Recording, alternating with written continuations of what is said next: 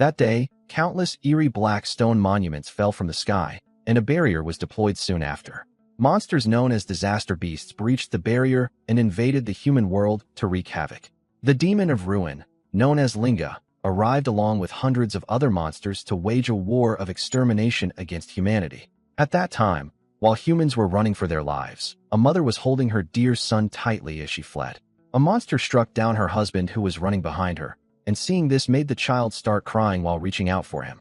She did not give up and kept running to save both herself and her son, but it was no use against a monster that could even use long-range attacks. The monster attacked her, and when she realized that she had no chance to survive, she threw her son, Itsuki, and told him to run away. Now Itsuki has grown up and is standing in the school grounds with his friend Saya, who is trying to bring him back to his senses as he is zoning out. She asks if he is fine since he was spacing out. Itsuki says that he is fine, but she asks if that is really true because she can see that he is crying. Itsuki becomes very surprised, realizing that he is actually crying. Rigu, who is also their friend, arrives laughing and says that Itsuki is probably just sleepy because he would usually be sleeping at this time. But today a school-wide assembly started all of a sudden. After wiping away his tears, Itsuki comments about the unknown teacher who is dressed very strangely. The teacher explains that after the disaster beasts appeared, beings known as Awakeners emerged within humanity, possessing the power to oppose them. 10 years ago, during the largest-scale attack by disaster beasts at the north bank of the Blue River, Awakeners gathered from all over the world, crossed the river, and later came to be called the River Crossers. They repelled the disaster beasts, and it became known as a major war. Since then, attacks by disaster beasts have decreased, but recently, the number of descending stone monuments has surged. A large-scale attack rivaling the river crossing war will likely happen in the not-so-distant future. Seeing the teacher, Rigu explains to Itsuki that the person is the commander of the North Continent, Izumi Nendo. Since Itsuki is from the South Continent, he does not know about him. Hearing about Izumi rings a bell in Itsuki's mind, because it is a name he has heard very often. Itsuki thought Izumi would be some hunched-over old man with a long beard, but he looks even stranger than Itsuki imagined. Rigu notices Itsuki zoning out while thinking, so he comments that he knows what Itsuki wants to say, but despite appearances, Izumi is the first awakener. It is also thanks to him that they know about the stone monuments and disaster beasts. Not only that, Rigu also reveals that the strongest awakener, known by the alias Humanity's Light, Sadakazu-jin, is also Izumi's student. Izumi continues by explaining recent research that shows even ordinary people who have not awakened can have a certain probability of becoming awakeners by touching a stone monument, and that is why they came here this time. Izumi encourages all the students to become awakeners and devote themselves to fighting the disaster beasts. After that, Izumi uses his ability to summon a stone monument.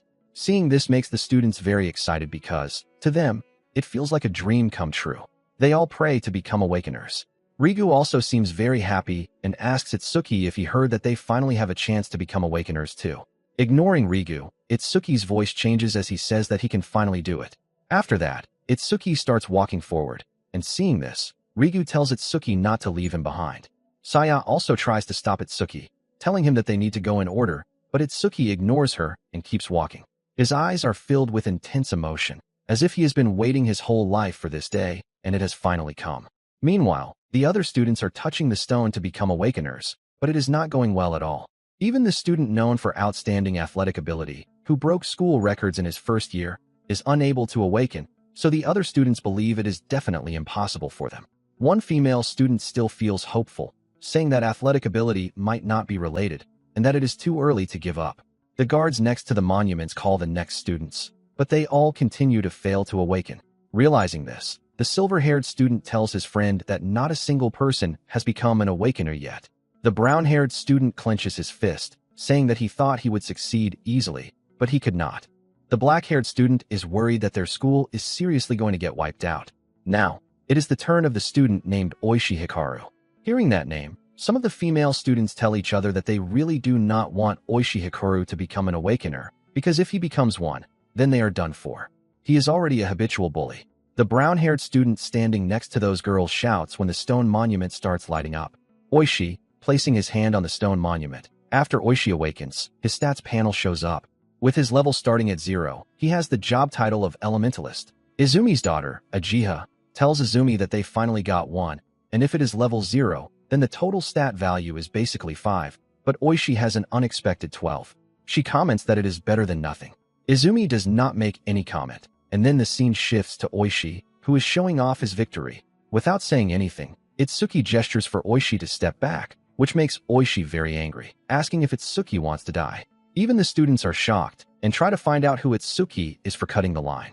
One of the students recognizes Itsuki from class 5. A female student comments that Itsuki is finished because once Oishi targets anyone, then it is the end. Ignoring all of that, Itsuki goes to the stone monument and places his hand on it. Seeing this, Ajiha tells Izumi that she can sense an incredibly intense emotion from Itsuki. While placing his hand on the stone, Itsuki is thinking that so he will never forget his hatred for the disaster beasts. He has burned everything about that day into his mind. His resolve is different from the other students. Even Izumi is shocked to see Itsuki's overwhelming aura, and suddenly the energy around the area takes the shape of a huge flower, covering the wide sky. The students are amazed by the form of a flower that is hundreds of meters tall, and what is even more amazing is that it is far flashier than Oishi's awakening. Saya and Rigu are very happy to see that Itsuki has awakened his abilities. Ajiha is also surprised, because this is a phenomenon that only occurs when the rarest job, Order Breaker, appears. Standing in amazement, Izumi wonders just how capable Itsuki is, and he finds himself looking forward to what comes next. Oishi, on the other hand, is getting very angry as he stands there, and Itsuki opens his eyes, wondering about the abilities he has awakened. But when he opens his eyes, he finds himself somewhere else, and then his stats appear. Itsuki's level is fixed at level 0. His job is Order Breaker. He has Nirvana as a gift, which is special grade, and its level is fixed. When learning a skill, all his stats increase, debuffs on himself are removed, and his wounds fully recover. He has the Z-rank skill over mimesis, with which analyzing enemy attacks can help him learn counter skills. Itsuki is very shocked after finding out that all his stats, like attack, agility, defense, and magic, are 0. But suddenly, a pop-up appears claiming that Itsuki has learned the skill over mimesis, so the special grade gift Nirvana has been activated, making all his stats increase by 200. Now Itsuki has a total of 800. Itsuki comes to realize that if he learns skills with over mimesis, he gains stats through Nirvana, and even if he cannot level up, he can become stronger in his own way. Itsuki clenches his fist, saying that he does not know what level of awakener this corresponds to, but there is no mistake that he has become an awakener. Now, he will defeat the disaster beasts. The flower opens up, shining brightly, and Itsuki's stats surprise everyone. Even Ajiha is very amazed, making her believe that Itsuki is an extraordinary rookie. Even for Izumi, it is hard to believe at first, but among all rookie awakeners in history, that boy is undoubtedly the strongest. All the students are amazed after seeing Itsuki's stats rise all at once. They never thought that someone so incredible was in their school. The professor comments that it is an achievement that will go down in school history. While everyone else is very happy, Oishi is furious at Itsuki because he stole all the cheers that Oishi thought were supposed to be his. Oishi charges toward Itsuki, thinking that someone like Itsuki should just stay a loser. Oishi decides to strike Itsuki with the skill he just learned, known as Silver Snake. While glaring at his stats, Itsuki receives another system window as the system detects the C-rank skill Silver Snake, so over mimesis is activated. The system starts the analysis process, and the progress rises from 57 to 69%. Itsuki suddenly vanishes from his location, surprising everyone because they cannot find him anywhere at all. The students only see an electric current flash for an instant, and then Itsuki disappears. Oishi looks around, trying to find where Itsuki is. The progress reaches 88%, and Itsuki suddenly appears behind Oishi. Sensing this, Oishi's body freezes in place. Itsuki steps closer to Oishi and tells him to consider himself lucky to be born human, because if he were a disaster beast, then Itsuki would have defeated him many times over already. The students are very shocked after seeing Itsuki there, and some of them laugh, realizing that Oishi is scared and cannot move properly. Other students quickly silence them, saying it would be bad if Oishi heard them. Now the progress reaches 99%, and sensing the energy, Itsuki wonders if the analysis is so fast because it is only a C-rank skill. Now the analysis progress reaches 100% and is completed. C-rank skill, Thunder Roar Wave, acquired. The brown-haired student is amazed when he sees that Itsuki glows again, and the student next to him smiles while adjusting his glasses and comments that he is glad he had his sunglasses ready. While inside the flower-shaped space, Itsuki thinks that it seems every time the analysis completes, he is forcibly brought into that space. The Silver Snake skills analysis is complete, and Itsuki has acquired Thunder Roar Wave. Itsuki's outer body suddenly starts lighting up again, giving everyone another shock, and his lightning is much brighter than Oishi's. This makes Oishi wonder how Itsuki learned a skill like that, and to think that Itsuki's stats would rise that much again. Now Itsuki has a total of 840. It was sunny just a moment ago, and now it starts raining. Not only that, the students notice something falling from the sky onto the ground, and they soon recognize it as another stone monument. Uchiha wonders why it is here of all places. Izumi cancels the school assembly and orders everyone to evacuate outside the school grounds immediately, following the evacuation drills. Izumi is sure that he is their target. Uchiha suggests to her father that they should run as well, since combat is not their specialty. Izumi refuses to run, because if they run, it will only make everyone more anxious, and not only that, he tells Uchiha to look at the boy, Itsuki, who has more courage than them. While all the students are running away, Itsuki is walking toward the stone monument. Seeing that, Uchiha shouts, asking Itsuki why he is not running. The stone monument lands on the ground, and Rigu and Saya run to stop Itsuki, telling him to run. But all Itsuki can think about right now is that he needs to defeat every last one of the disaster monsters. Rigu is very shocked and asks what Itsuki is saying, and says that Itsuki will be defeated if he does not run. Saya also agrees with Rigu, saying that Itsuki just became an awakener, so he is no match for it. That is why they need to leave it to the other awakeners. Itsuki tells both of them to trust him. This makes Saya blush, and then she grabs Rigu and starts running while telling Itsuki that she will not be responsible if he gets hurt. While running, Rigu asks if it is really okay to just leave him like that, since the opponent is a disaster beast, a walking threat. While they are running, Itsuki's eyes are filled with hatred, and he is smiling because the first enemy after becoming an awakener is the one who took his parents from him. Itsuki smirks, saying that he guesses he is lucky after all. Itsuki decides to fight. The enemy is skeleton soldier number 10,369. It is level 8. Itsuki's right eye starts tearing up while he is thinking about whether he should try the new skill he just learned. Using it, he quickly moves close to the disaster monster and dodges its attack, while thinking that he will not let anyone else defeat it. Then Itsuki punches the disaster beast, and from the impact, it is sent flying into the far wall of the school building.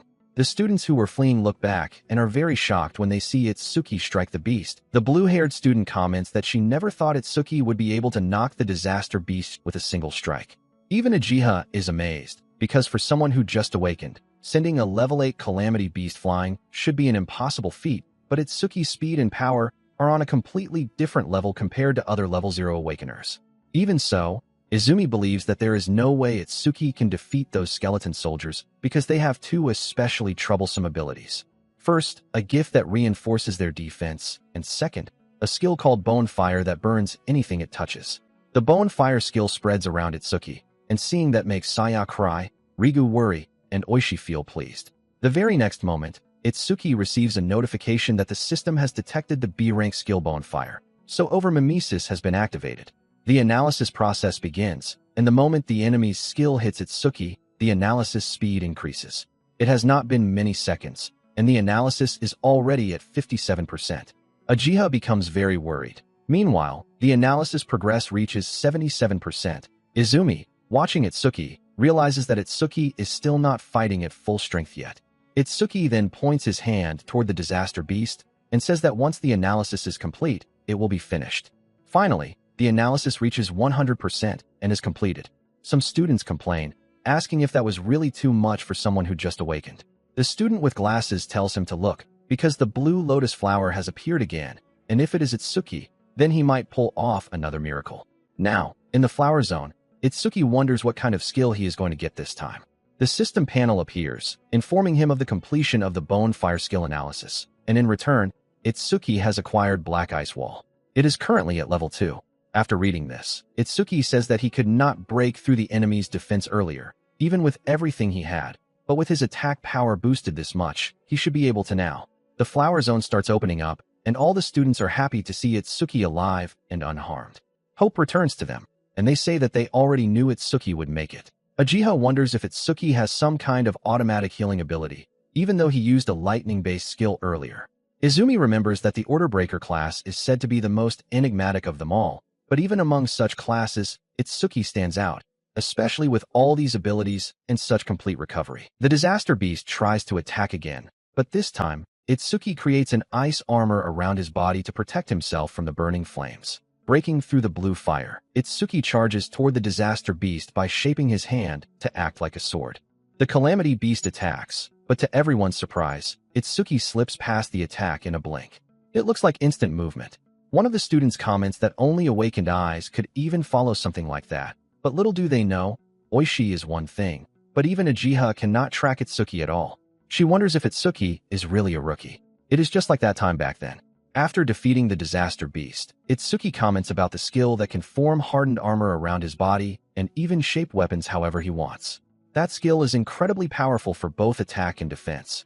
Rigu then runs to Itsuki and hugs him, saying how relieved he is after finding out that Itsuki is alright. Itsuki asks about Saya's whereabouts, but it turns out that Rigu does not know either. Just a moment ago, she looked like she was about to burst into tears. Hearing that, Itsuki wonders if Saya is upset.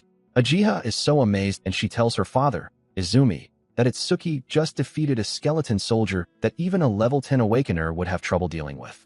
Izumi then instructs Uchiha to stay there and oversee the cleanup. He also tells her to relay a message to the principal that Izumi is taking Itsuki with him. Rigu, meanwhile, assures Itsuki that there is no way Saya would be angry after Itsuki won. Rigu suggests that she probably went to the monument because she was afraid of falling behind Itsuki. Hearing that, Itsuki replies that he hopes that is really the case. Their moment is interrupted when Izumi comes to speak with Itsuki. Seeing this, the other students are amazed, saying that Izumi is talking with Itsuki. They wonder if Izumi is going to take Itsuki in as a disciple. Some of the students find it impossible, since the only person Izumi ever trained was Kazunari Tsutsumi, the strongest man in history. Looking at the scene, Rigu decides to give them some private time and goes to look for Saya instead. Meanwhile, Izumi tells Itsuki that he is exceptional. Itsuki does not understand, so Izumi explains that he can sense nothing but rage and hatred in Itsuki's heart. Izumi wants to understand what led Itsuki to become this way. Hearing that, Itsuki reveals that 10 years ago, his parents were killed by a calamity beast while shielding him. He was about to lose his life as well, but an awakened person saved him that day. From that day, Itsuki believed that his mother and father died because of him, but later he came to the realization that it was not true. These creatures are the root cause of everything. Back then, Itsuki made a vow that he would defeat these monsters and wipe out every last one of their kind. Itsuki's right eye starts tearing up again, and seeing that, Izumi comments that Itsuki is still crying even with a heart filled with hatred. Itsuki explains that since gaining the eyes of the dead, his tears had stopped, yet his right eye began shedding tears on its own. Because of that, he can never forget his hatred for the calamity beasts. Hearing all of this, Izumi suggests that Itsuki become his disciple. Izumi will bring Itsuki into the Savior Alliance and grant him the power he needs to pursue his goal. Since Itsuki does not know about the Savior Alliance, Izumi explains that it is an organization founded by the governments of the 5 continents, gathering powerful awakeners from across the world. Its purpose is to combat the calamity beasts in a more efficient and organized way. Think of it as the official military force against the calamity beasts. Its members are known as saviors, and they are supplied with resources such as exclusive training and high-grade weapons. Even trainees receive 10,000 gold every month. Hearing about that much gold makes Itsuki think that it is enough to buy a car. Izumi continues, saying that of course, that level of reward does not come for free. Saviors are expected to fight on the front lines at all times and safeguard the people. Honestly, the pay and resources do not matter to Itsuki. What matters most is being able to fight the calamity beasts on the front lines. For that reason, Itsuki declares his desire to become a savior as well. Every February, the Savior Alliance hosts an exam called the National Savior Tournament. Participants earn points based on performance, and only the top 100 qualify to become official saviors. Hearing that, Itsuki asks about the highest score ever recorded. So Izumi replies that it may not be the best benchmark, but the record stands at 15,000 points, set by Kazunari Tsutsumi a year ago. Izumi tells Itsuki that if he reaches 30% of that, he will pass, and if he reaches 50%, he could take first place. Hearing that, Itsuki wonders if that is the strongest light that Riga mentioned. Izumi tells Itsuki that Kazunari is different, so comparing himself to him will only lead to despair. Still, Izumi tells Itsuki that he should trust himself. With Itsuki's talent, he could one day stand on equal footing with Kazunari. Itsuki declares that he will surpass Kazunari. Seeing the resolve in Itsuki's eyes, Izumi is amazed and remembers the time when he told Kazunari that he had drawn attention and that all the young ones were trying to follow his path. Kazunari replied that simply following would not win the war against the calamity beasts.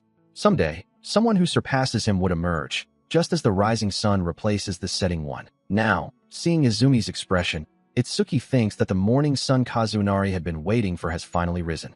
Izumi takes Itsuki with him to another place, and after reaching there, Itsuki asks about it. So Izumi explains that those monuments function as gateways linking this world to the realm of the calamity beasts. That is why defeating the beasts alone is not enough. If the monuments remain, more will continue to emerge. This building was constructed to contain monuments that could not be destroyed. Awakeners regularly eliminate calamity beasts that appear from them. This suppresses the expansion of the breach and also serves as training. Hearing that, Itsuki asks if this is the training facility. Izumi agrees, revealing that they call them stages, and since the number and level of appearing calamity beasts cannot be controlled, they are extremely dangerous inside. The stage before them is notorious because it has the highest fatality rate among rookie stages. Izumi reveals that back then, when Kazunari was still a fledgling awakener, he cleared it in just 3 minutes and 14 seconds. So Izumi tells Itsuki that if he truly intends to surpass Kazunari, then Itsuki needs to complete it in under 3 minutes. If Itsuki clears this stage within 3 minutes, then Izumi will take Itsuki as his disciple. There, all the people recognize Izumi, and they all wonder if that is the rumored rookie next to him. Some do not believe it. They think that unless it is an awakener at the level of Kazunari, there is no way someone could walk beside Izumi. Hearing their murmurs, Itsuki wonders if Izumi is really that famous. Reaching the gate, Itsuki finds out that the difficulty level is set at level 10, which is 2 levels higher than those skeleton soldiers. Itsuki wonders just how strong the enemies inside are. Since the people there show no signs of entering the stage, Itsuki asks the reason for that. Hearing this, the people whisper to each other, wondering if Itsuki is planning to enter the stage even though he is a rookie. Ignoring them all, Itsuki goes to the reception desk and asks the receptionist if he can enter the stage. The receptionist asks about the number of challengers entering the rift, so Itsuki replies that only he will be entering. The whole area goes silent after hearing that, and the receptionist, who was calm before, gets upset and tells Itsuki to stop with the unfunny jokes. She raises her voice, explaining that this is an artificial stage, but it is still a dangerous place where people can get hurt and, in some cases, seriously injured. Hearing that, Itsuki wonders what she is talking about. The people laugh loudly. Itsuki responds that she seems to be misunderstanding something, and he really came here solely to challenge the stage. The receptionist lets out a sigh, saying that he does not have to act tough, so he should just go home. That makes Itsuki very angry, and he tells her not to make him repeat himself, and that he just wants her to let him into the stage. That is all he wants from the so-called pretty receptionist. This makes her very nervous, and she agrees to give him permission to enter, while telling him not to blame her if he gets hurt. While putting on the bracelet, Itsuki thinks that she should have just approved it from the start. Some of the people there call Itsuki an idiot. They believe that a level 0 rookie challenging a level 10 stage is reckless. They bet that Itsuki will run away in less than a minute. Before entering the stage, Itsuki thinks that his personal information is registered in the bracelet, so he can enter by scanning it. After scanning, a pop-up appears confirming Itsuki's authorization, and then he stretches his body, saying that the promise is within 3 minutes, so he should begin. Itsuki enters the stage, and the timer starts. When Itsuki enters the stage, he finds that the interior space is wider than he expected. Even though it is artificial, this is his first time entering a stage. Finally, Itsuki encounters some monsters and uses his ice shield to fight against with spirit number 1307. Itsuki easily defeats that monster, and after defeating it, Itsuki smirks while looking at the axe he makes using the ice wall skill and comments that, as expected, axes work best on trees. Meanwhile, outside the stage, Ajiha asks her father, Izumi, about the reason he made Itsuki enter this stage specifically, even though there are plenty of other stages for rookies. Hearing that, Izumi reveals that it's because Itsuki said he would surpass Kazunari, so Izumi brought him to the very first stage Kazunari had challenged.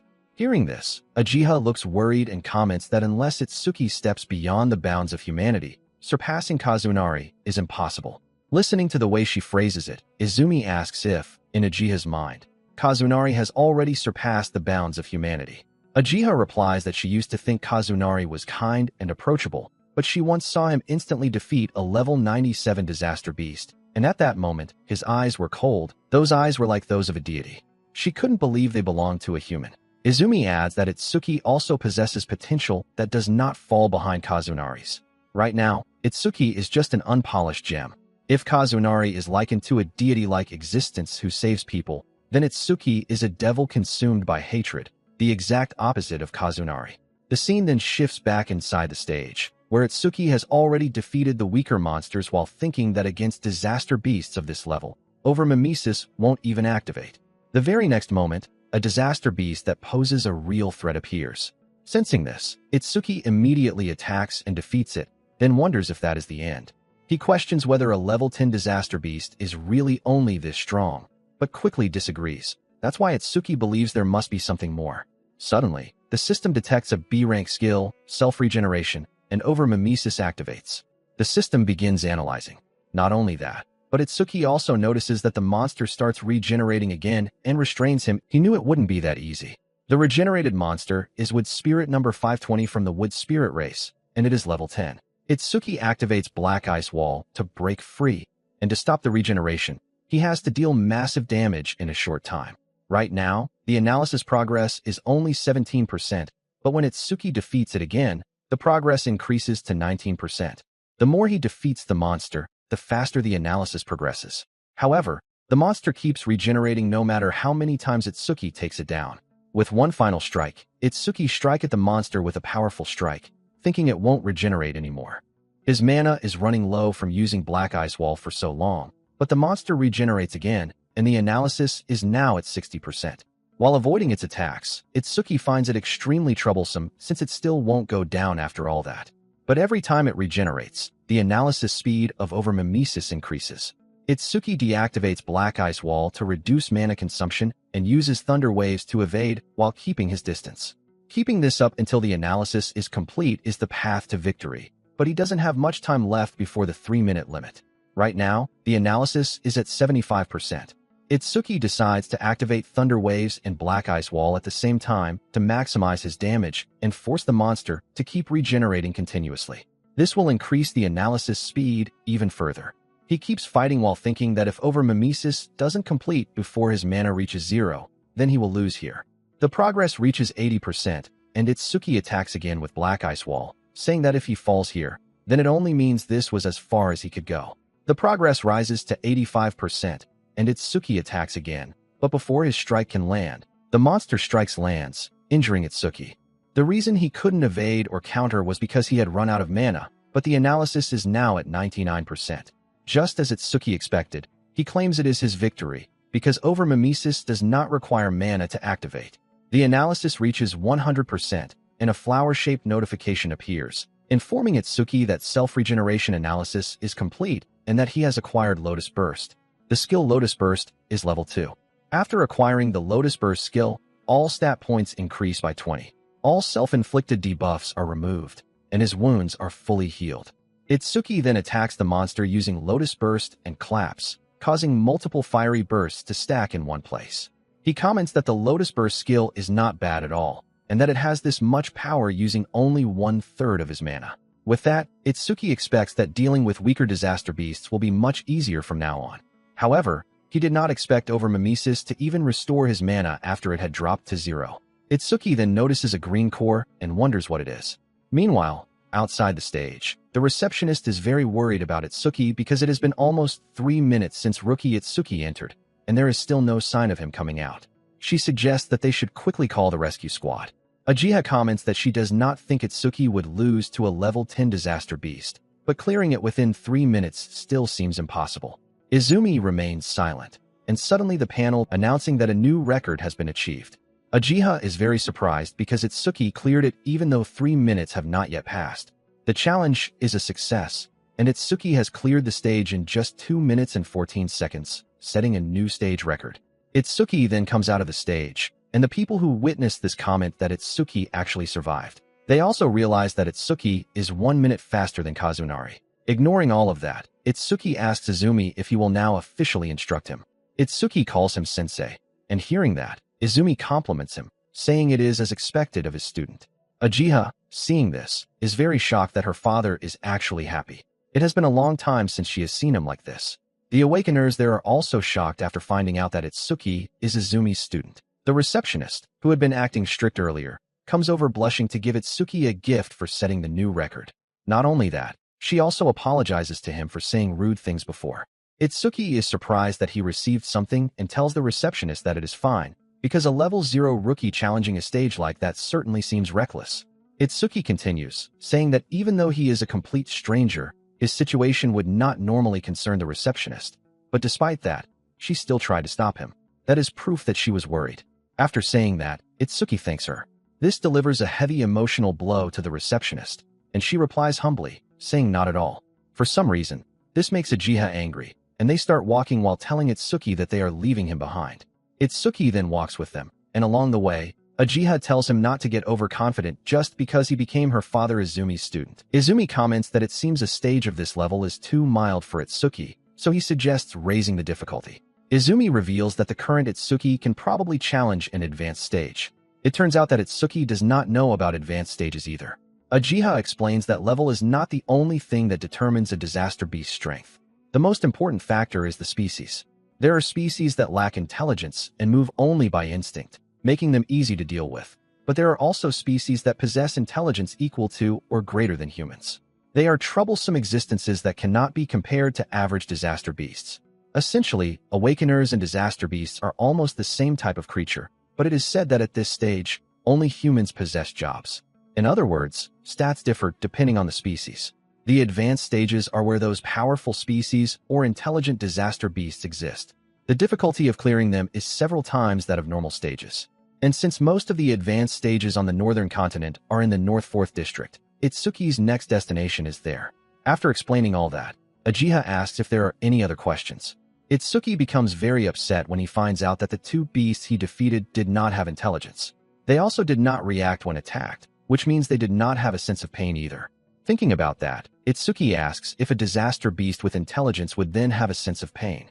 Uchiha is very surprised and wonders what kind of thoughts could give off such an intense presence.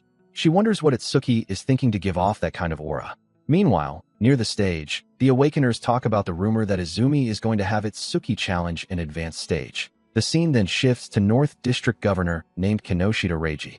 One of his bodyguards asks Reiji when he will be departing. Hearing that, Reiji replies that all stages in the North 4th District are under his control, so when he goes is entirely up to him. Then Reiji adds that waiting in line is the way of commoners. Itsuki opens the gift he received for achieving a new record, and he realizes that it looks familiar. Seeing that, Izumi asks Itsuki if he has seen a karma stone before. Itsuki confirms that after defeating the disaster beasts inside the stage, something identical to this had dropped. When Itsuki inspects it more closely, he notices a slight difference. The one he saw before had a green color, but this one is not very greenish. Uchiha recognizes it and reveals that Itsuki received an intermediate karma stone in a beginner stage. Hearing that, Itsuki asks what exactly a karma stone is. Realizing that Itsuki is still a rookie, Uchiha decides to explain karma stones in detail, which are also known as experience stones. After a disaster beast or an awakened individual is defeated, karma, or an invisible substance that can be considered experience points, is released from them. In other words, a karma stone is a stone that contains karma. Using a karma stone to absorb the karma inside is one method of leveling up. However, Uchiha finds it very strange because karma stones should not occur naturally. She wonders why it appeared in that stage and suspects that it is probably due to Itsuki's gift. Izumi adds that it is because Itsuki cannot level up. Hearing that, both Itsuki and Uchiha ask if it is because of his gift, so Izumi explains that normally, the karma of the defeated is absorbed by the one who defeats them. However, even though Itsuki defeated two disaster beasts, he did not level up, which means the karma was not absorbed. However, karma that has manifested does not disappear without reason. If Izumi's speculation is correct, then the karma from the disaster beasts that attacked the school was absorbed by the awakened who were present there, meaning Oishi, Izumi, and Uchiha. Meanwhile, a stage is an enclosed space. Itsuki could not absorb the generated karma, and there was no alternative recipient, so it condensed and became a karma stone. Coming to the realization that Itsuki cannot truly level up, Uchiha asks how his stats increase. Itsuki tries to explain, but Izumi becomes very angry at Uchiha and scolds her, saying that a Awaken's gift is top secret and must not be disclosed. He asks if she has forgotten that rule. Uchiha becomes very frightened and immediately apologizes. Izumi then informs Itsuki that he can either keep the karma stone for himself or sell it, and the choice is his. After that, Izumi tells them that he has a commander-in-chief meeting of the 5 continents to attend, so he will be away for a while. During that time, Uchiha will look after him, but before Izumi leaves, there are several things he wants Itsuki to remember. First, keep their relationship confidential. Second, do not disclose his gift to others. Third, Itsuki needs to clear at least 6 advanced stages before Izumi returns. Fourth, Itsuki should do what he believes is right without hesitation, and no matter what happens, Izumi will support him. Itsuki agrees and confirms this with a smile. The scene then shifts to the North 4th District's Flaming Rock execution ground. 2 Awakeners are arguing with a guard who is stopping them from entering the stage. One of the guards explains that the stage has been reserved by the Kinoshita family's son, so they need to go home for today. The yellow-haired Awakener replies that he does not care. The blue-haired Awakener tells the guards to let them in first because Reiji is not even there yet. The blue-haired Awakener adds that he does not care which rich kid Reiji is, and if the guards will not let them in, he will report this to the Awakened Guild. While he is saying that, a huge guy appears and strikes the blue-haired Awakener, sending him into the wall. Seeing that, the yellow-haired Awakener activates his skill to attack the huge man, but it has no effect.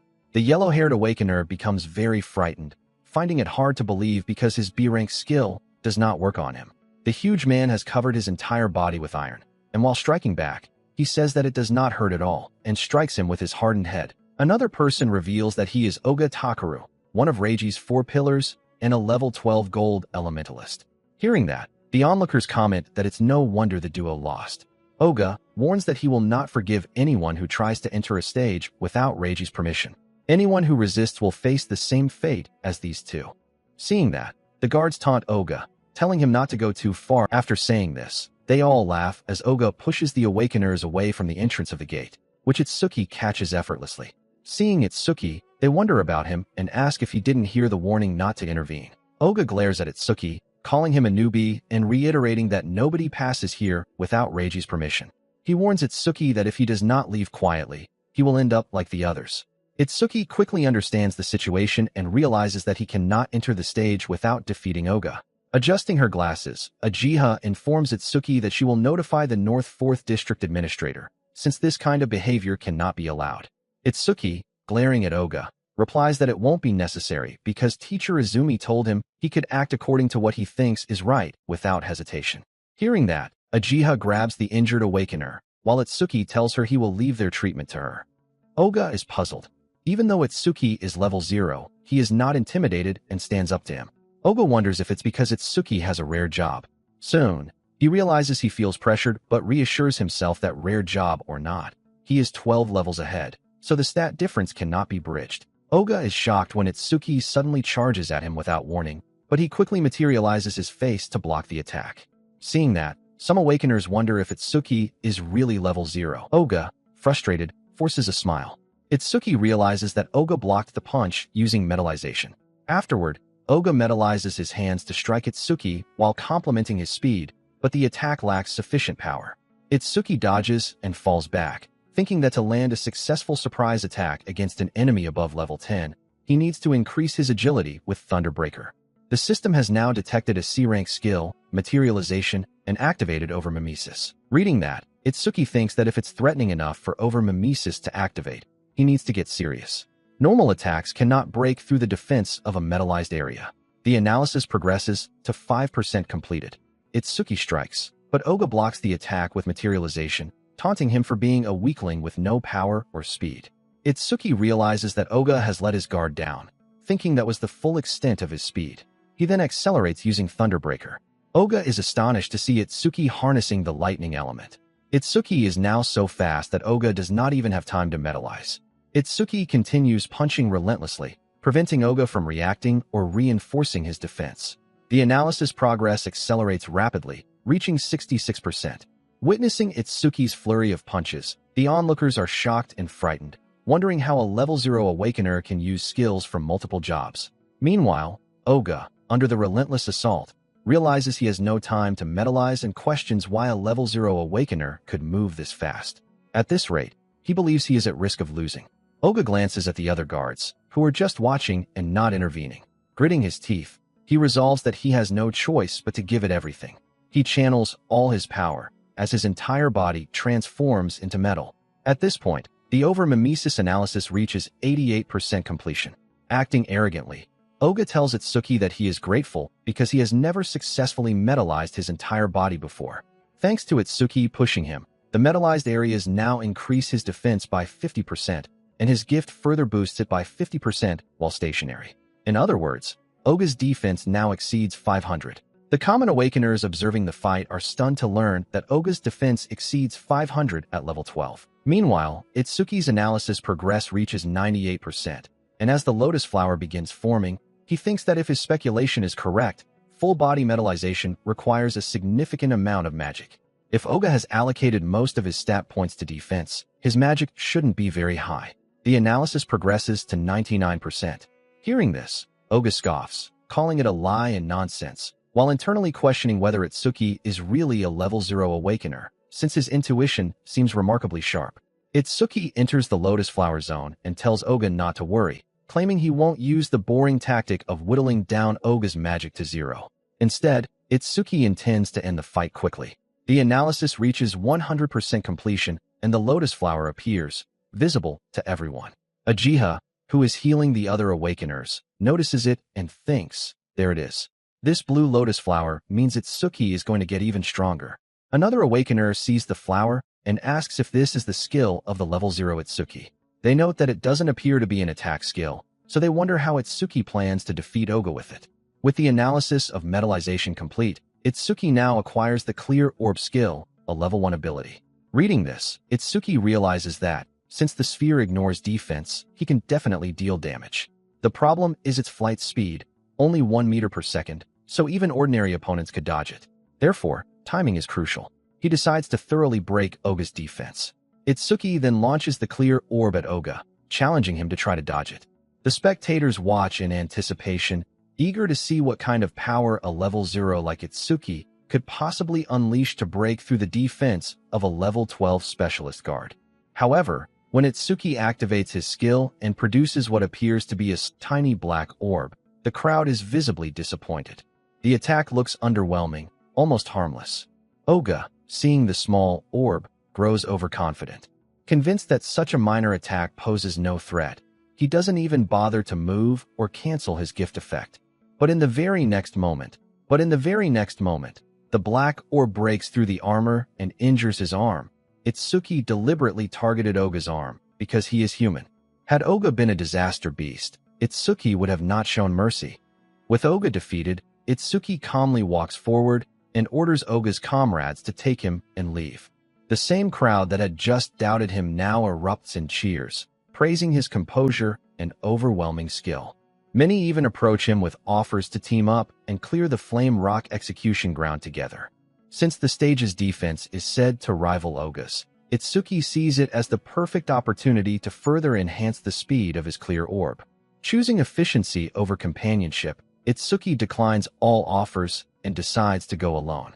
His decision sparks whispers among the crowd, who begin accusing him of becoming arrogant after defeating Oga. Ajiha, however, approaches him with genuine concern. She warns that the disaster beasts inside have defenses comparable to Oga's and worries whether Itsuki's magic reserves will be enough. Itsuki reassures her calmly, causing her to blush before quickly insisting she was not worried at all. Before leaving to treat the injured, she warns him about the Stone Tribe, creatures with little intelligence but strong group coordination, and advises him to manage his magic carefully. After scanning his identity, Itsuki enters the rift and immediately encounters a massive group of Stone Tribe monsters. Their stats are significantly higher than those of beasts in previous stages. Seeing this, Itsuki begins testing his clear orbs on them. The results are exactly as he expected. The stone monsters fall, and the orb's flight speed increases by 100%. Because these monsters are slow and have poor evasion, they are ideal targets for clear orb. After repeatedly upgrading the skill, Itsuki is left with only 2 shots, as each orb consumes 50 magic points. 2 monsters are charging toward him, and a hidden boss remains undetected, leaving 3 enemies in total. That means he must eliminate 2 targets with a single orb. His clear orb reaches level 10, but his magic is nearly depleted. The effort proves worthwhile. The orb's speed increases to 5 meters per second, allowing him to catch even moving enemies. While reviewing his system panel, Itsuki suddenly detects a B-rank monster, the giant stone man of the Stone Tribe.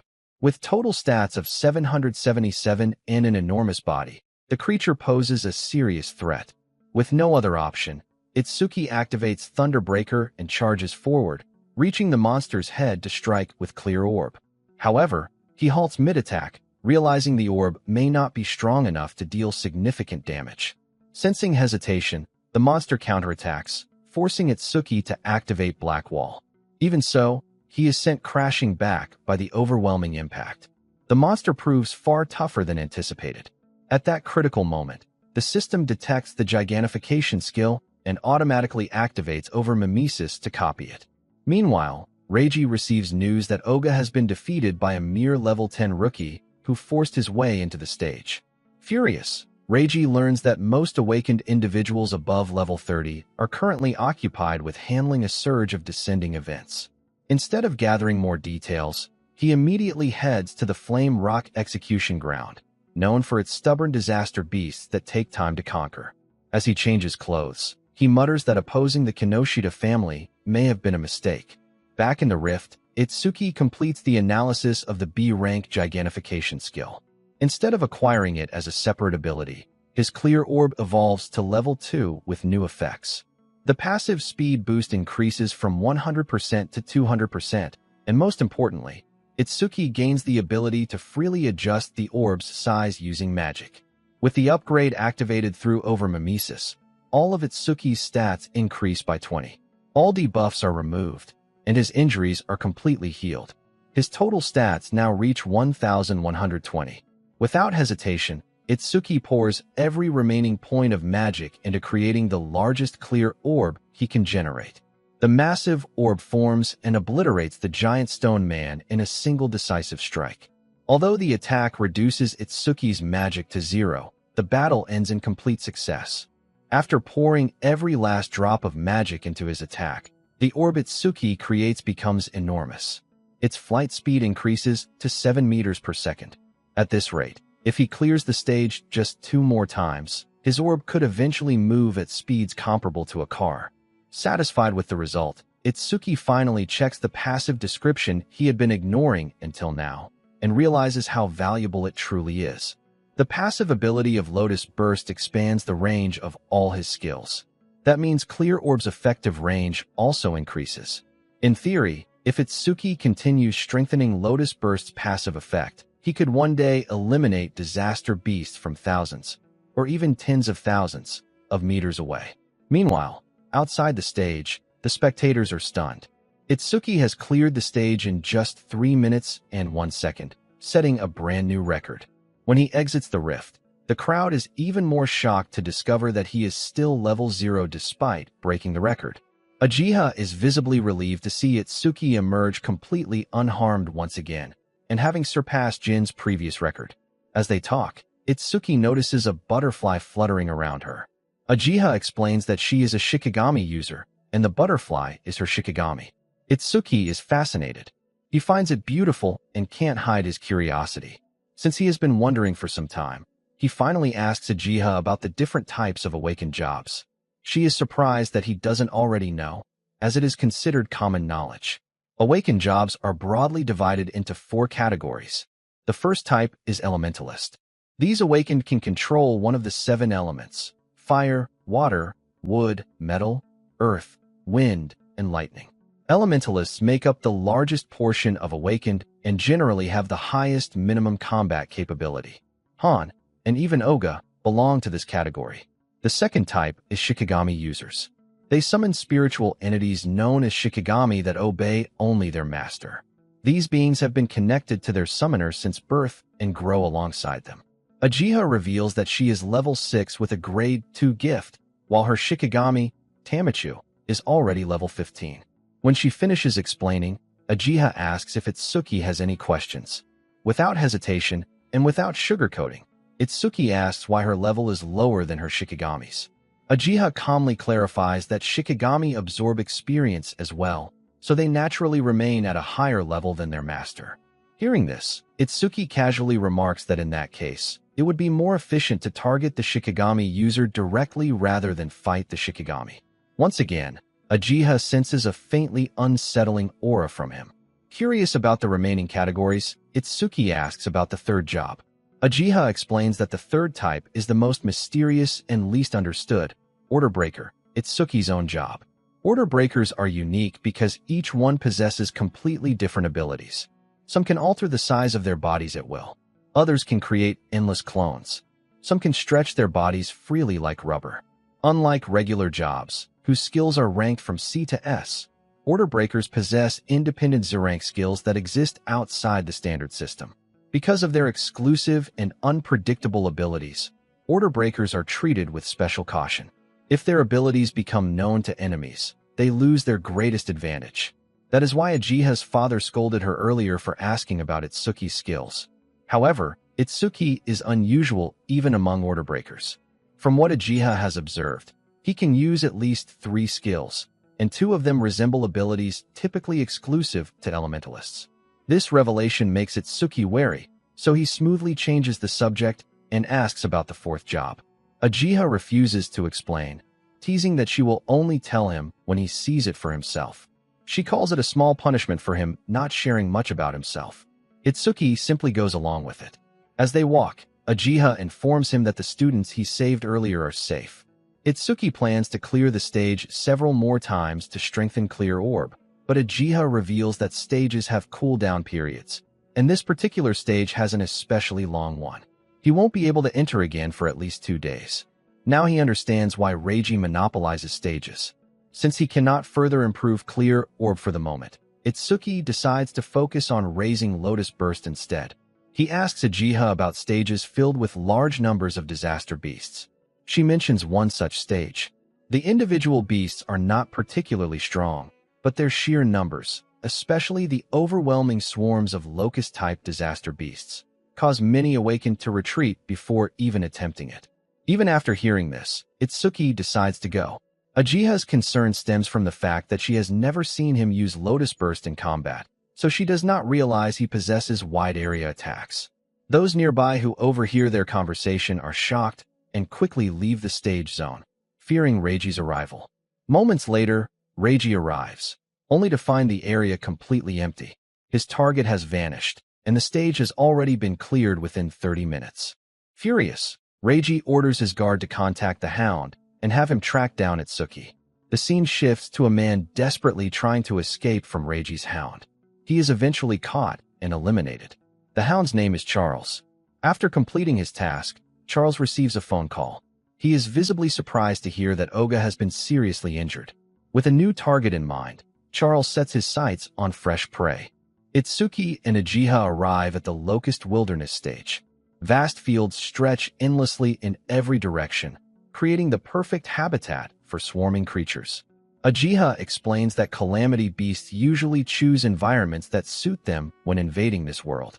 For that reason, learning to infer the type of beast from the surrounding terrain is an essential skill for any awakened.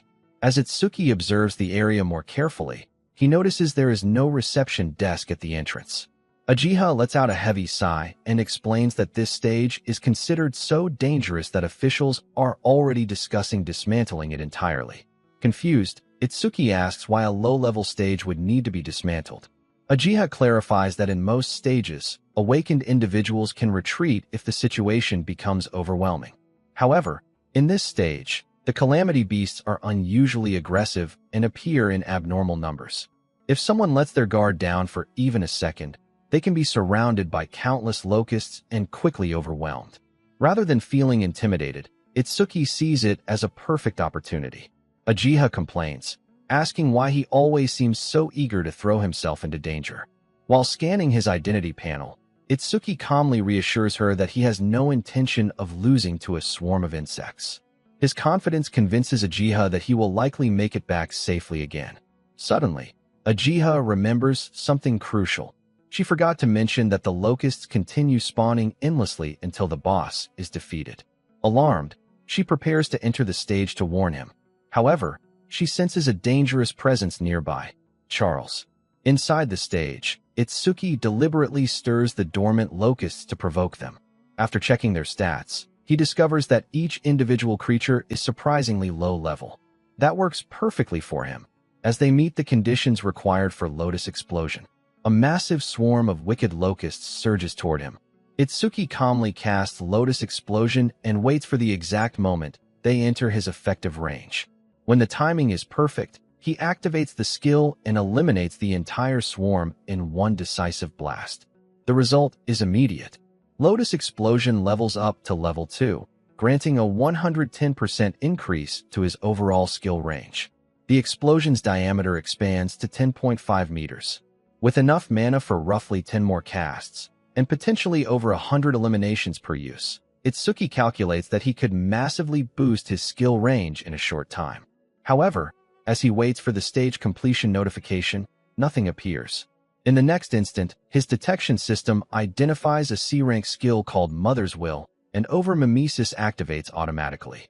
Turning around, Itsuki sees yet another swarm of wicked locusts approaching. He realizes he made a mistake. He assumed there was no boss controlling the stage.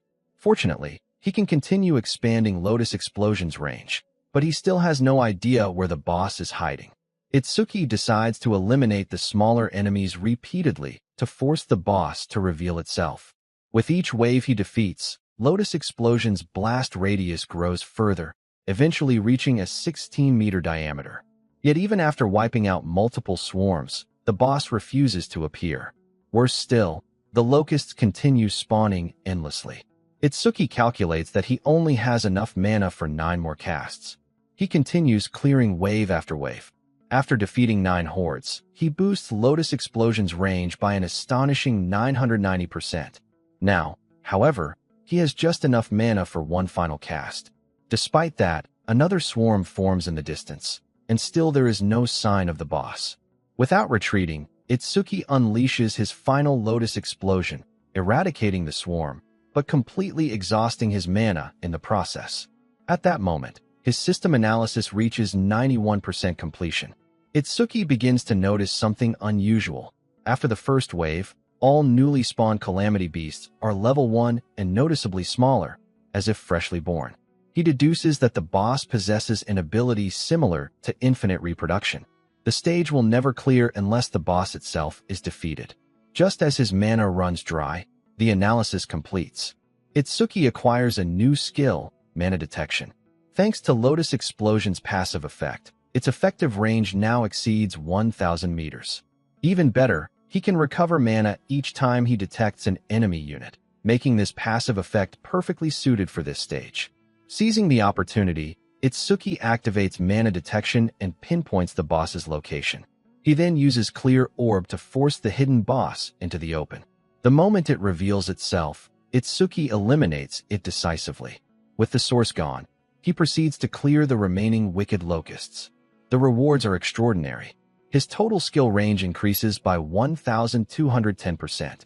Lotus Explosion's blast radius expands to 65.5 meters, and True Clear Orb's flight distance extends to 131 meters. The stage announces a new record, 17 minutes and 7 seconds. Satisfied, Itsuki considers challenging the stage again after it's reset. For now, he hurries back, assuming Ajiha must be worried. He even imagines her pretending to act cold once he returns safely, despite her genuinely caring nature. Her inability to be honest about her feelings strikes him as unexpectedly endearing. However, the moment Itsuki exits the stage, he is met with a shocking sight. Ajiha is being held by the neck by Charles. The moment Itsuki sees Ajiha being restrained, his expression turns cold. Charles calmly explains that he was only trying to extract information about Itsuki, but Ajiha refused to say a word. Hearing that, Itsuki's anger surges. He gives Charles a chilling warning. If he releases her immediately, Itsuki will settle for sparing him with only half the consequences. Charles bursts into laughter, clearly not taking the threat seriously. In an instant, Itsuki disappears in a flash of speed and charges forward, catching Charles off guard. Reacting quickly, Charles summons his Shikigami, Death Hound, to intercept the attack. At that very moment, Over-Mimesis detects the B-rank Shikigami skill, Death Hound, and begins its analysis. From the system's data, Itsuki realizes that Charles is also a Shikigami user, just like Ajiha. Charles narrows his eyes. He notices that Itsuki moves without wasting a single motion and possesses incredible speed. It suddenly makes sense why Oga lost. He never had the chance to metalize. Still, Charles believes victory is within his grasp. After all, he has his Death Hound, and a hostage. The analysis progress reaches 34%. The Death Hound lunges at Itsuki with crushing force, capable of overwhelming any opponent with defense below 30. However, Charles is stunned when Itsuki blocks the attack using an ice-like armor forming over his hand. Without hesitation, Itsuki counters with Clear Orb, destroying the Death Hound in a single strike. Itsuki assumes that without their Shikigami, a Shikigami user is defenseless. What he doesn't realize is that Shikigami can respawn as long as their master remains alive.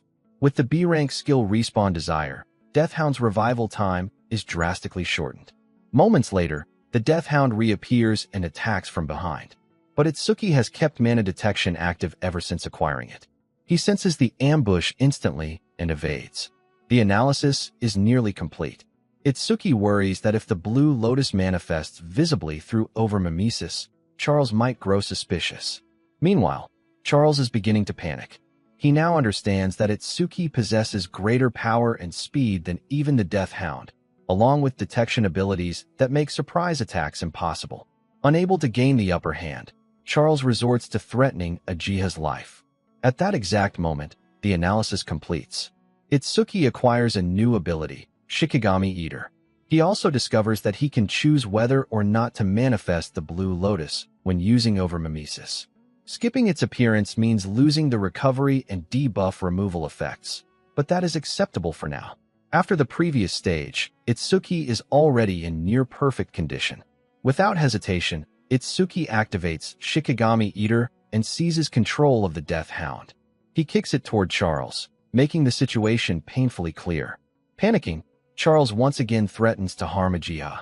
In response, Itsuki calmly raises both hands and pretends to surrender. Charles smirks, growing arrogant once more. Taking advantage of the pause, Itsuki asks why he is being targeted despite never crossing paths with Charles before. Charles reveals that Reiji was furious about Itsuki entering a North District 4 stage without permission. Charles was ordered to capture him. Hearing Reiji's name again, Itsuki decides he would rather confront him directly and settle the matter face to face.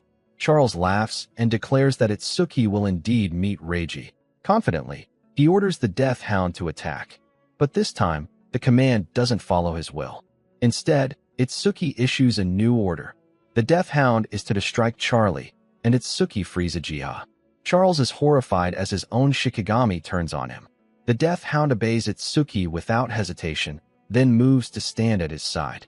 Trembling and drenched in sweat, Charles realizes he has completely lost control. Itsuki coldly declares that anyone who lays a hand on those he protects will regret it. Desperate, Charles begs for mercy. He claims he had no choice but to obey Reiji's orders. He even offers to act as bait to lure Reiji out. However, the moment Itsuki begins to respond, Charles reveals his true nature and attempts a sudden attack. Itsuki effortlessly dodges and states calmly that he is more than capable of dealing with Reiji on his own. With no hesitation left, Itsuki gives a final command. The Death Hound is to eliminate Charles. Charles desperately apologizes and pleads for his life, but Itsuki remains unmoved, and so does the Death Hound. After the confrontation ends, Itsuki slowly lifts his gaze toward the ceiling of the stage. In a steady voice, he asks whoever is hiding above just how long they intend to continue watching. The hidden observer finally steps out after realizing he has been discovered.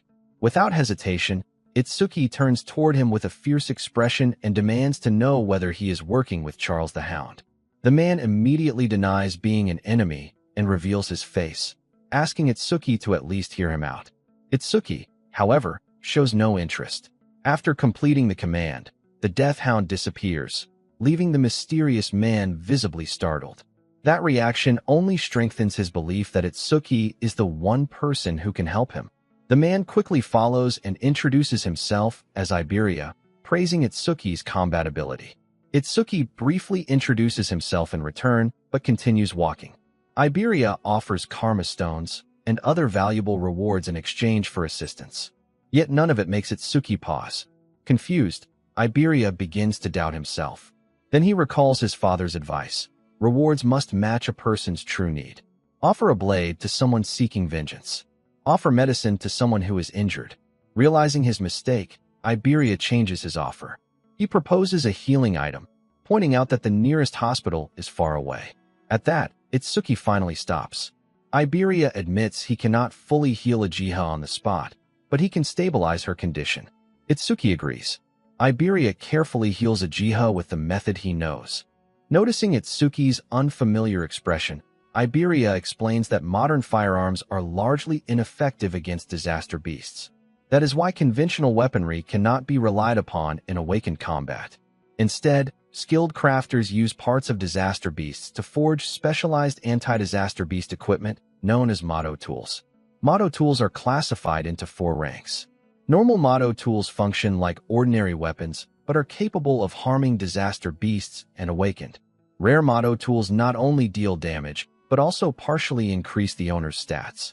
Epic motto tools provide stat boosts along with unique special effects. And finally, the pinnacle of craftsmanship, unique motto tools. These grant massive stat enhancements and possess powerful, one-of-a-kind abilities. Crafters themselves are not known for high combat power, and their numbers are few. However, because they can forge such vital equipment, they are respected by all awakened. From this explanation, Itsuki quickly deduces that Iberia's father must be a crafter. Iberia eagerly confirms, and adds that his father is no ordinary one. While many crafters spend a lifetime without ever producing a unique tool, only 10 unique motto tools currently exist across the 5 continents, and 3 of them were created by his father. For that reason, he is known as the Crafter King of the Northern Continent. Despite the impressive title, Itsuki shows little reaction. Instead, he focuses on analyzing the crossbow Charles had been using. Iberia is surprised. Most people would try to gain favor upon hearing about his father's reputation. Yet Itsuki seems far more interested in the weapon itself. Iberia explains that the crossbow is a rare motto tool. As a launch-type weapon, it can convert ordinary ammunition into motto ammunition upon firing, meaning Itsuki would not need to worry about special arrows. Suddenly, the crossbow vanishes from Itsuki's hands, and he receives a notification confirming ownership. Iberia clarifies that once a motto tool is linked to its owner, it can be stored and summoned at will. After ensuring Uchiha is stabilized, Itsuki thanks Iberia for the assistance. He tells him they can discuss cooperation further, after he handles unfinished business with Reiji. That statement makes Iberia tense.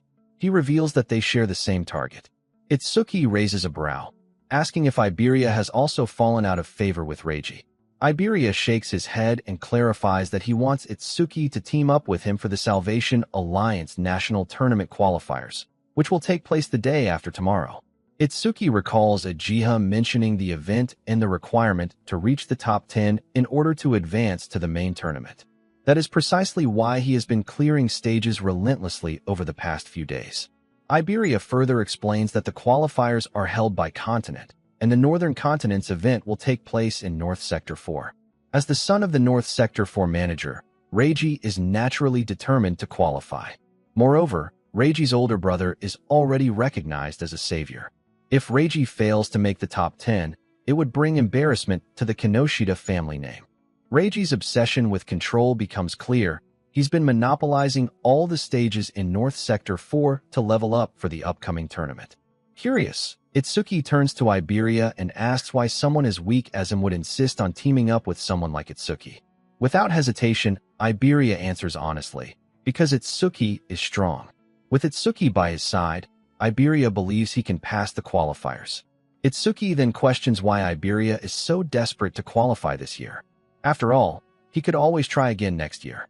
But Iberia reveals the deeper reason, his admiration for his father's motto tools. Every tool his father crafted was more than a weapon, it was a work of art. Iberia had grown up dreaming of becoming awakened and fighting disaster beasts using the tools his father forged. Just 1 month ago, Iberia finally awakened. Fueled by excitement, he asked his father to create a motto tool just for him. But his father refused. After much pleading, his father agreed, but with one condition. Iberia would only receive a motto tool if he managed to qualify for the national tournament. That's why Iberia is determined to win this year, no matter what. Itsuki then asks why Iberia insists on partnering with him. Surely, with his father's reputation, others would line up to join forces. Iberia responds firmly. If he relied on his father's name, he'd never receive the motto tools. His father made that perfectly clear. Besides, according to Iberia's intel, nearly all of the top contenders have already been bought out by Reiji. The remaining Awakened are either lone wolves who refuse to team up or are already in fixed teams. That left Iberia with no viable options until 2 days ago. That's when he witnessed Itsuki defeat Oga, one of the 4 pillars, and set a new stage record. From that moment, Iberia was determined to find him. He searched tirelessly until he finally tracked Itsuki down. Moved by Iberia's sincerity and aware of the odds, they strike an agreement. Itsuki agrees to team up with Iberia, but first, they need to get Uchiha to the hospital. As Itsuki carries Uchiha towards safety, he starts thinking about his old friends, Riku and Seo. The scene shifts to show Riku and Seo training hard under the guidance of their teacher, preparing for the tournament as well. Seo is currently at level 11, with total stats of 555. Riku is at level 10, with total stats of 493. Both of them are pushing themselves to be ready for the qualifiers. Meanwhile, the story cuts to Reiji. He picks up a motto tool, clearly frustrated, and asks his guard about Charles, who still hasn't returned.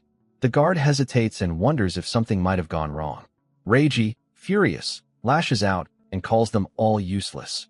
Without a second thought, Reiji crushes the motto stone in his hand to absorb its experience points. His guard offers to send a search party for Charles, but Reiji coldly refuses.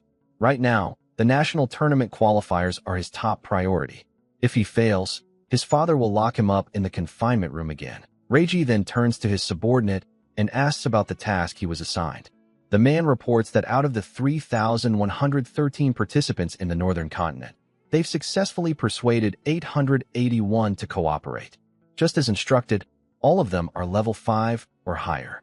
He then crushes another motto stone to gain more experience and level up again. Now, Reiji has reached level 12 with the elementalist job Thunder, and his total stats have risen to 603. Izumi also arrives at the hospital, and upon seeing him, Itsuki immediately apologizes for putting Uchiha in danger. Izumi does not get angry at Itsuki. Instead, he calmly asks if Itsuki wants any help in dealing with the matter, but Itsuki declines the offer, deciding to handle it on his own. Izumi accepts this and asks Itsuki to share all the details about the incident later.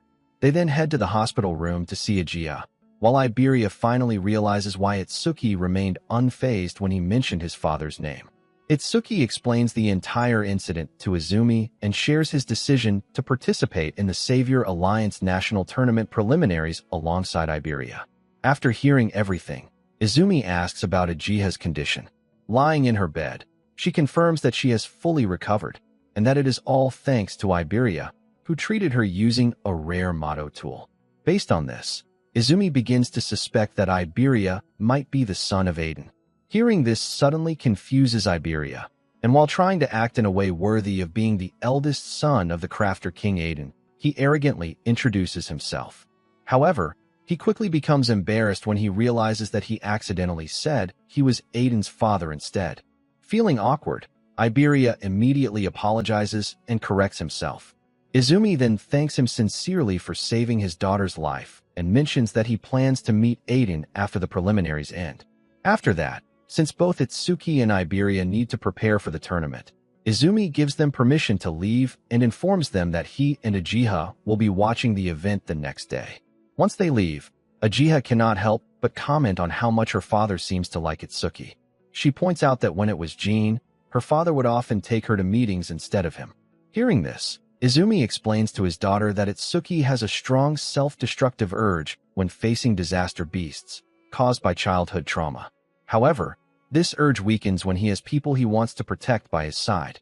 That is why Izumi placed Uchiha beside Itsuki. She needs to become his friend, then his weakness, and finally the person he truly wants to protect. Izumi then reveals something shocking.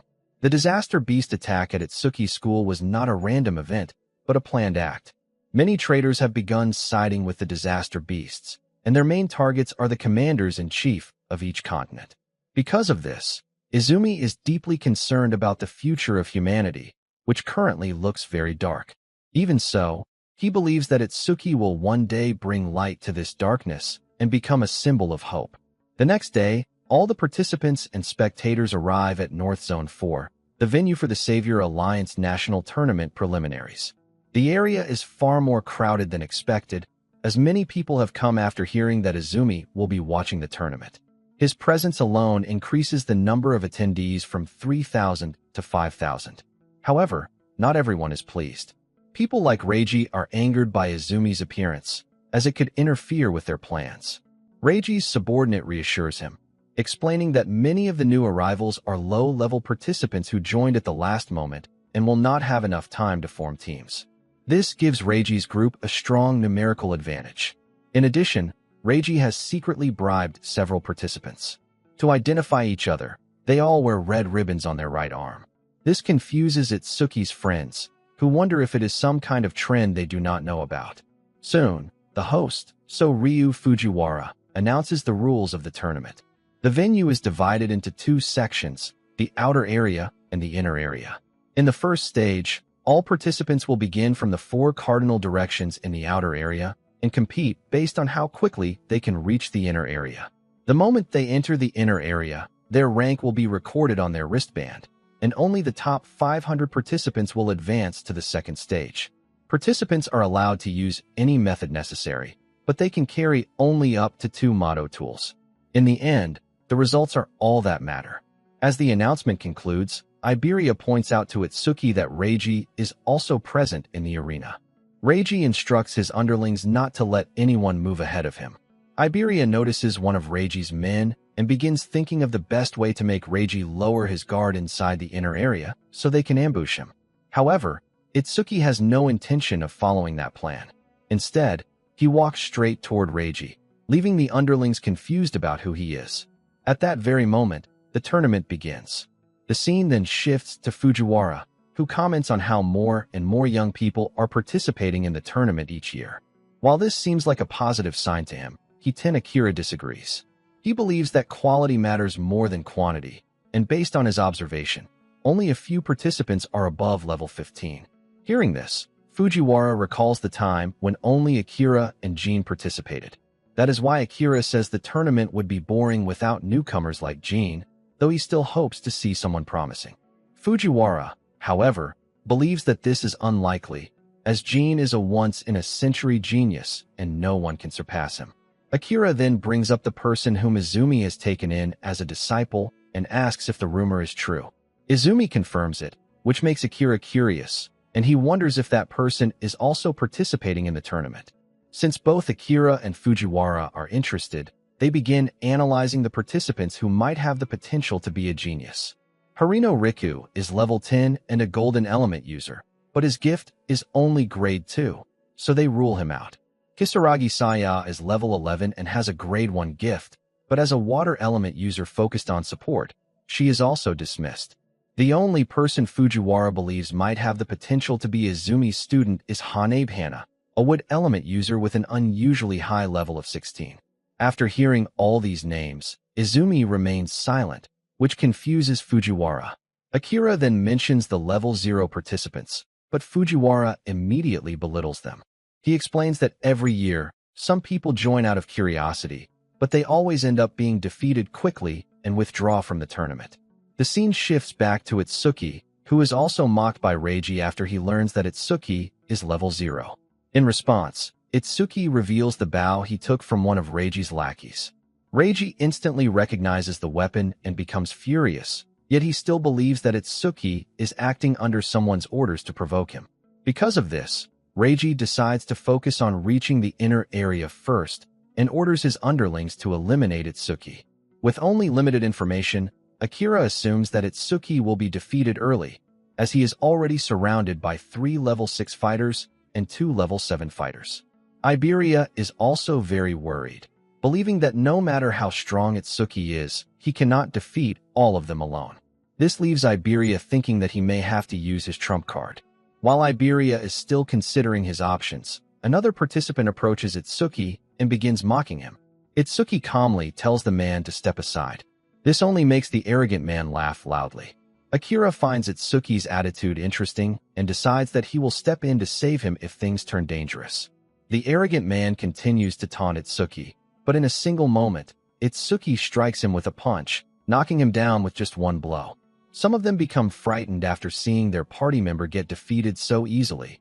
This new opponent then uses a B rank skill on Itsuki. The speed of the attack terrifies Iberia, as it gives him no time to use a motto tool.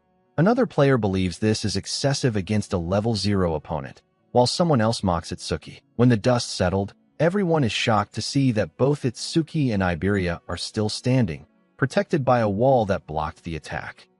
Thanks to this defense, Itsuki's total stats increase from 1240 to 1271.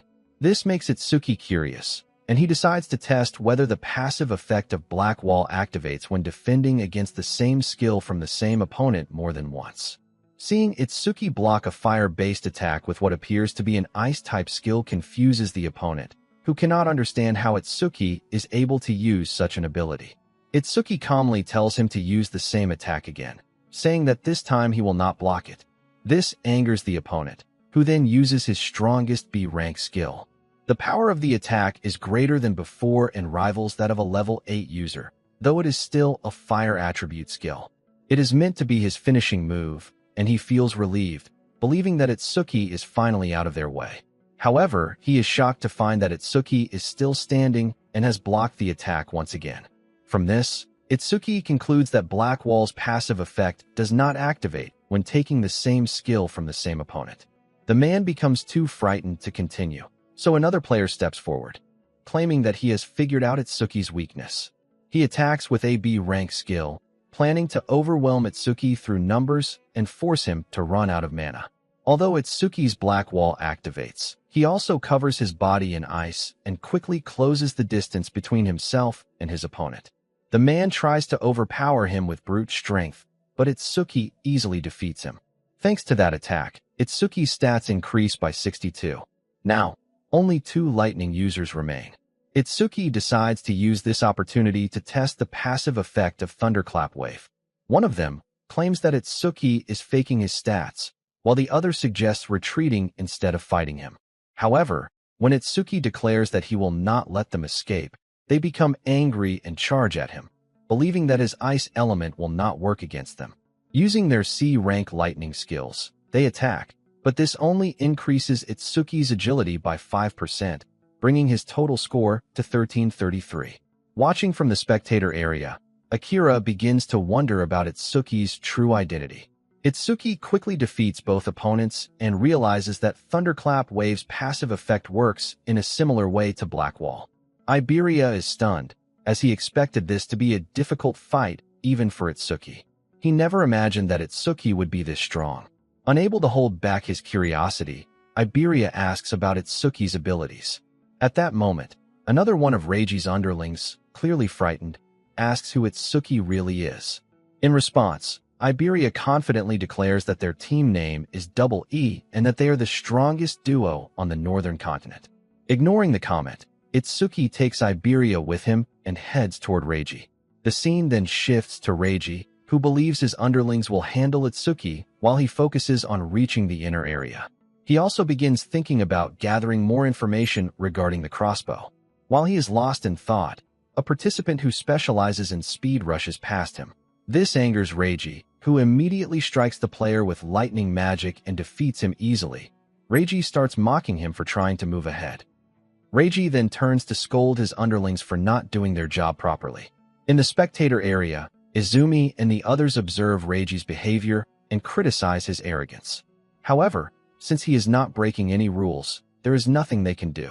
Meanwhile, Reiji continues advancing toward the inner area with ease, without losing any stamina. Just as he reaches the entrance, someone suddenly calls out his name. This angers him, and he turns around, demanding to know who dared to call him. His underlings quickly deny any involvement, clearly frightened. They soon realize that the one who called out to Reiji is none other than Itsuki, the level 0 participant. For a moment, Reiji is concerned, wondering if Itsuki has defeated all of his men. However, he quickly convinces himself that Itsuki must have bribed them instead. Itsuki makes it clear that he will not let Reiji leave until they settle things. Standing beside Itsuki, Iberia reflects on how he was carried all the way here. He knows that without Itsuki, he would have been eliminated halfway through the stage. Reiji, however, ignores Itsuki and continues walking toward the inner area while ordering his remaining underlings to eliminate him. The underlings feel confident, as they believe their opponent is only a weak level 0 participant. Iberia becomes nervous when he realizes that there are nearly 100 opponents. Knowing that Iberia cannot handle them, Itsuki grabs him and disappears instantly. A moment later, Itsuki reappears. He throws Iberia toward the inner area while pushing Reiji back, declaring that he will not let any of them leave until their conflict is resolved. Saya and Riku finally reach the inner area while avoiding Reiji's underlings. Saya ranks 4th, while Riku takes the 5th position. Riku believes they were the fastest, but they soon realize that 3 participants arrived before them. The first rank belongs to Kana Hanya, who is at level 16. Saya cannot help but think about Itsuki, who has still not arrived at the inner area. At that moment, Riku notices Iberia being thrown toward the inner area. Iberia lands in 6th place and shouts Itsuki's name. Hearing that name, Saya and Riku are able to figure out Itsuki's location. Meanwhile, Itsuki is blocking the path of the 100 participants and Reiji, determined to settle their conflict. Fujiwara, unaware of the reason, wonders why Itsuki is not entering the inner area. Out of concern, Fujiwara asks Akira to step in if Itsuki gets into trouble. However, Akira is too shocked to respond, as he has just witnessed Itsuki display an incredible burst of speed, something even Akira could not achieve at that age. The scene shifts back to Reiji, who grows increasingly angry as Itsuki continues to stand in his way. Wanting to humiliate him, Reiji decides to make Itsuki fight 100 opponents at once. Itsuki, however, is focused on avenging Uchiha, and it does not matter to him whether he passes the preliminaries or not. One opponent charges at Itsuki with full force, but he is no match. Itsuki easily blocks the fire-based attack and knocks him out with a single punch. Seeing this, the other opponents panic, but they still rely on their numbers and rush in without thinking. This works in Itsuki's favor, as he wants to end the fight quickly. He activates his Lotus Explosion and strikes his opponents, leaving Riku, Saya, and even Iberia in shock. Not only the top 3 ranked participants in the inner area, but even Fujiwara is stunned by the display. He realizes that Itsuki is using a skill that does not match his assigned role. Uchiha is also surprised when she realizes that Itsuki has gained an area of effect skill. She begins to wonder how many abilities he is still hiding. What no one realizes is that Itsuki is only using 30% of his power to ensure that his human opponents are not seriously harmed. After defeating all 100 opponents within moments, Itsuki turns his attention to Reiji. This makes Reiji uneasy, and he asks why Itsuki is so focused on him. Itsuki calmly replies that Reiji targeted him first and severely injured his friend. Today, he intends to return that pain. In response, Reiji arrogantly boasts about being the son of the Kinoshita family, claiming control over the tournament.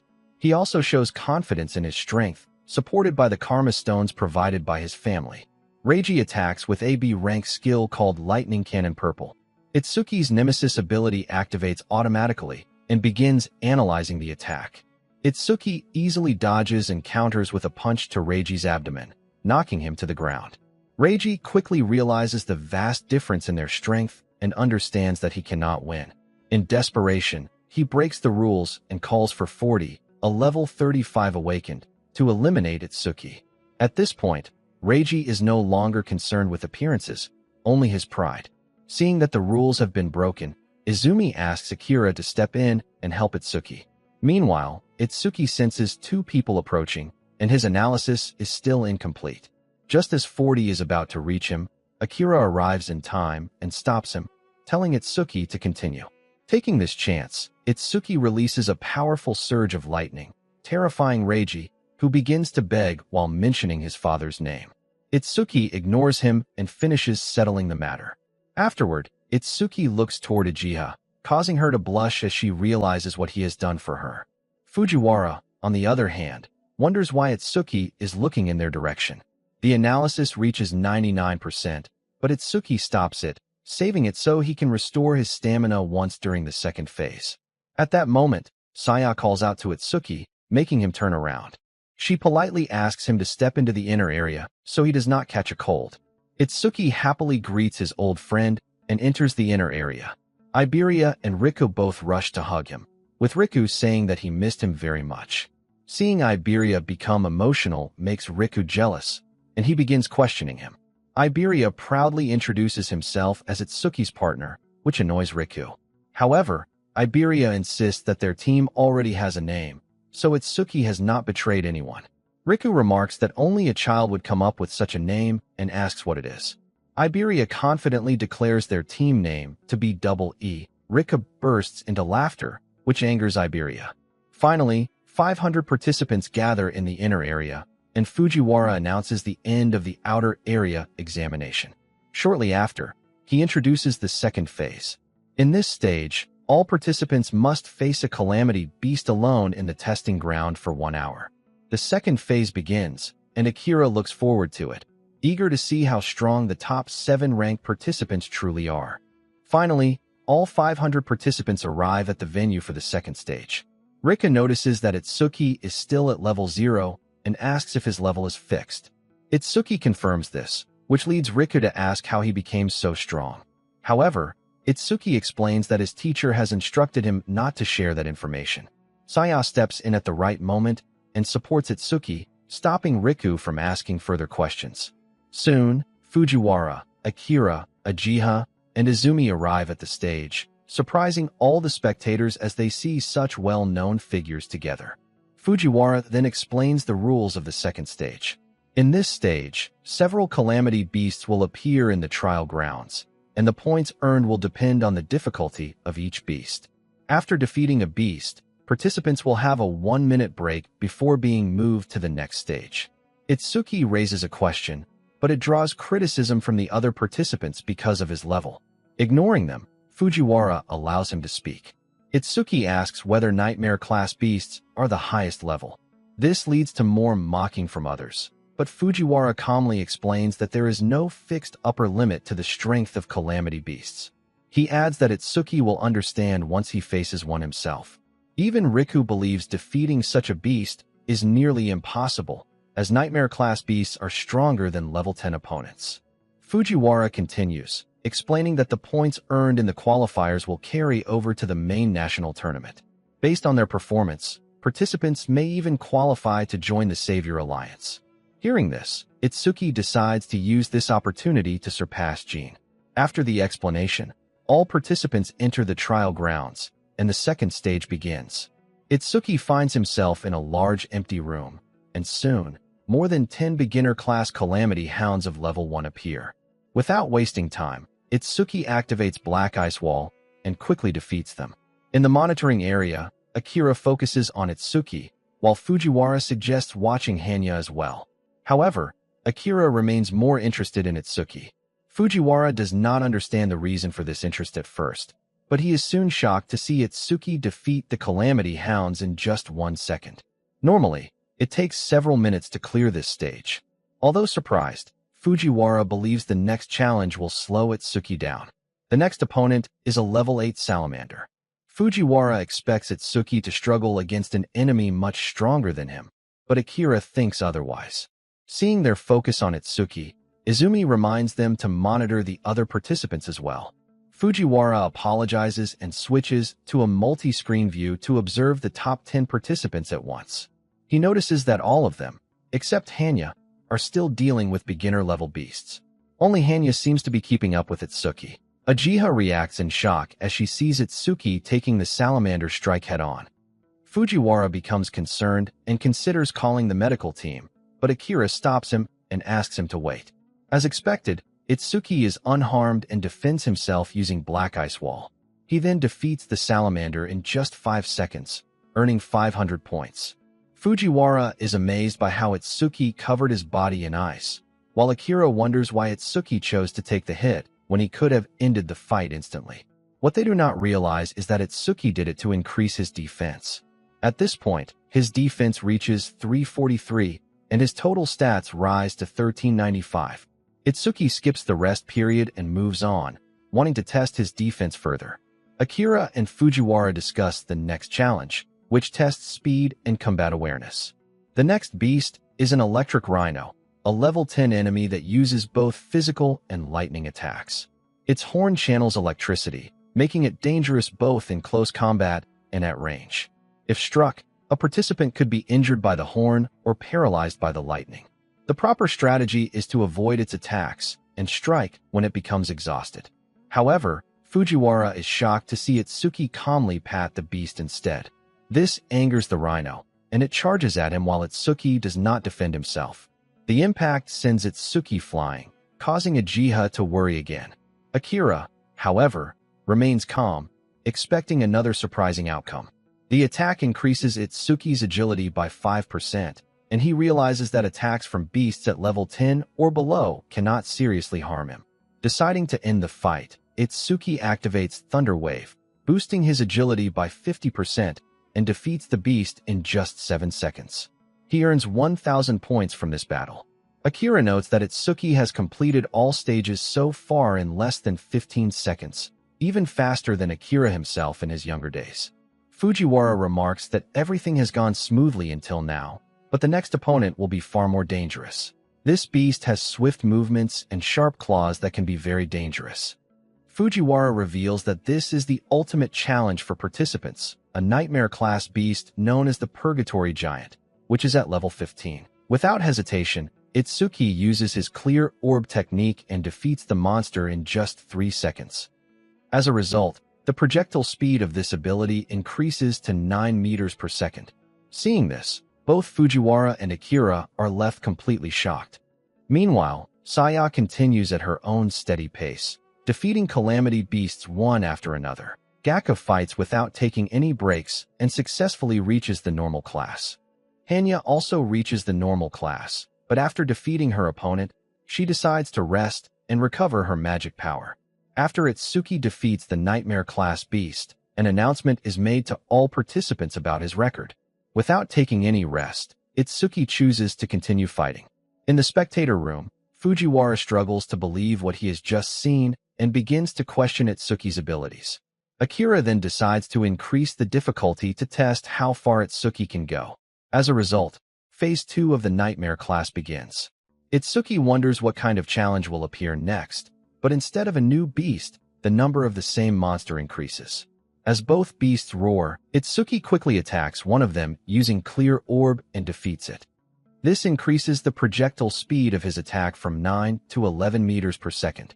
Fujiwara is amazed by the power of this skill, but Akira notices a weakness in it. At the same time, the second beast rapidly closes the distance, surprising Itsuki. Akira explains that although these beasts appear slow because of their size, they actually possess no magic power. In exchange, their physical abilities are greatly enhanced, making them speed-type opponents. Itsuki attacks again, but the beast easily dodges. The main weakness of Itsuki's skill is its slow speed. Earlier, Itsuki took advantage of the beast's habit of roaring before attacking, but unless he increases the speed of his attack, he will not be able to progress further. As the fight continues, Itsuki takes a powerful hit and is thrown against the wall. Fujiwara and Akira wonder why he is still relying on the same attack and question whether he has another plan.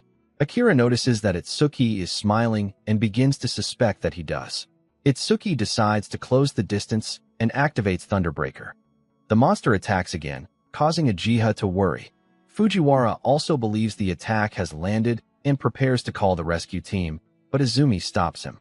It soon becomes clear that the attack did not hit Itsuki, as he dodges it at the last moment. Using this opportunity, Itsuki launches his attack and defeats the beast. The projectile speed now increases to 13 meters per second, and it takes him only 12 seconds to defeat both enemies. In the spectator room, everyone notices how concerned Uchiha becomes whenever Itsuki is in danger. This makes her blush as she tries to explain herself. Fujiwara comments that she has become more expressive since the last time they met. He then asks Akira if he knew Itsuki would dodge the attack. Akira explains that Itsuki's normal speed is already equal to the beast, but when he uses his skill Thunderbreaker, his speed increases greatly. At that point, it becomes nearly impossible for the beast to land a hit. Fujiwara remarks that Itsuki has already secured first place, but he also understands that Itsuki's true goal is to surpass Jin, the strongest among humanity. That is why Itsuki does not stop and continues into Phase 3. In Phase 3, Itsuki defeats one beast using the same strategy. Akira praises him for continuing to fight without slowing down. Fujiwara then mentions that even Akira, despite having an exceptionally strong body, considered Phase 3 to be his limit. Akira himself had moved directly to Phase 4 during his time. Because of this, Fujiwara becomes curious about how Itsuki will perform in this stage. During the battle, Itsuki attempts to dodge an attack, but gets caught by one of the beasts. However, he quickly breaks free and increases his agility, moving behind the monster. Using this approach, he defeats the second beast, increasing the projectile speed of his attack to 20 meters per second. Although two beasts have been defeated, the third takes advantage of the situation and tries to strike at Itsuki. However, Itsuki uses this moment to his advantage.